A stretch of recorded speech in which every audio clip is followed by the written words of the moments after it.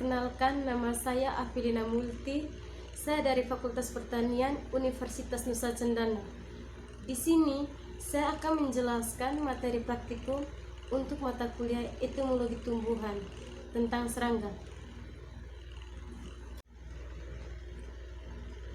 Di sini saya akan menjelaskan tentang perbedaan antara belalang dan juga laba-laba. Sebelum itu, terlebih dahulu saya akan menjelaskan tentang pengertian belalang dan juga laba-laba. Belalang adalah serangga herbivora dari subordo Celifera dalam ordo Orthoptera. Serangga ini memiliki antena yang hampir selalu lebih pendek dari tubuhnya dan juga memiliki ovipositor pendek.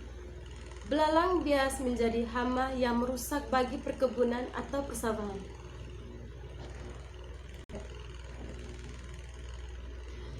Laba-laba merupakan jenis hewan yang berbuku-buku. Pada tubuh laba-laba memiliki dua jenis segmen tubuh, 4 pasang kaki, tidak bersayap, tidak memiliki mulut pengunyah, serta memiliki jaringan perekat. Persamaan dan perbedaan belalang dan laba-laba.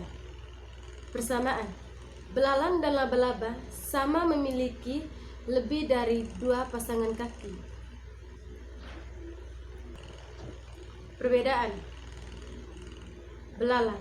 Yang pertama, memiliki 3 pasang kaki, kebanyakan memiliki sayap. Yang kedua, memiliki mulut pengunyah. Yang ketiga, kebanyakan memakan tubuh tumbuhan. Yang keempat, belalang terdiri atas 3 bagian tubuh. Yang kelima, memiliki mata majemuk. Yang keenam, tidak dapat menghasilkan jaringan sutra. Yang ketujuh, memiliki antena. Laba-laba. Yang pertama, memiliki 8 kaki. Yang kedua, bagian tubuh laba-laba hanya terdiri atas 2 bagian saja. Yang ketiga, memiliki mata yang sederhana. Yang keempat, tidak bersayap. Yang kelima, memiliki julur penusuk.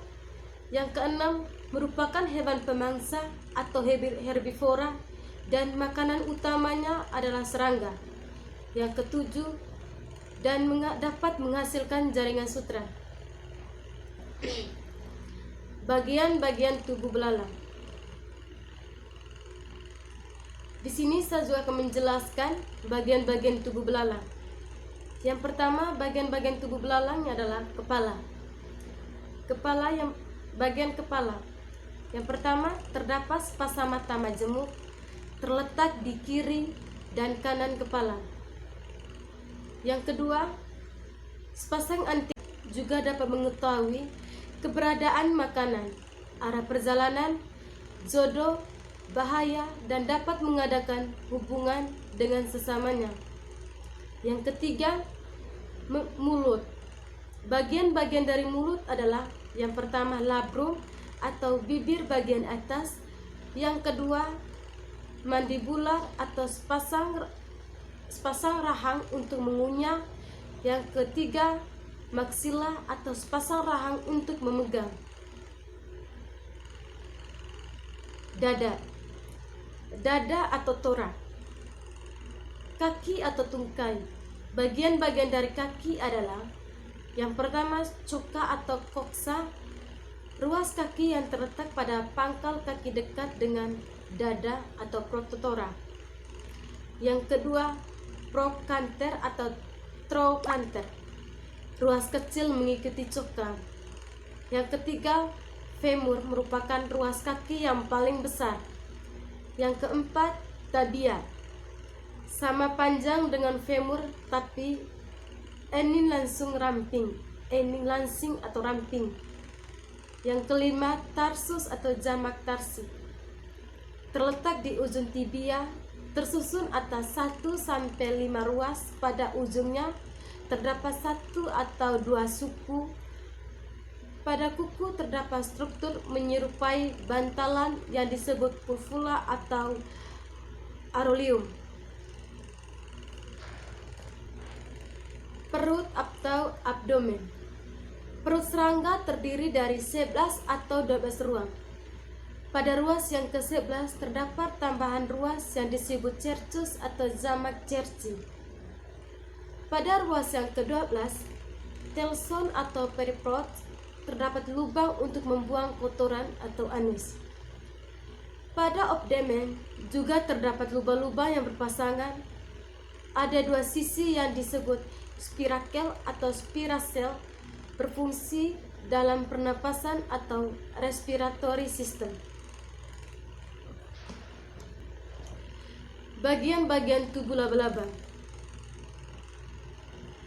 Laba-laba memiliki dua tubuh, yaitu bagian interior yang disebut kepala toras atau persoma, terdiri dari kepala dada atau superior yang disebut ophistoma, yang terdiri dari abdomen. Segmen bagian depan disebut spalotoran atau propos, yang sebenarnya merupakan gabungan terletak pada bagian anterior, sedangkan segmen bagian belakang disebut abdomen atau perut, atau oktosoma yang terletak pada bagian posterior.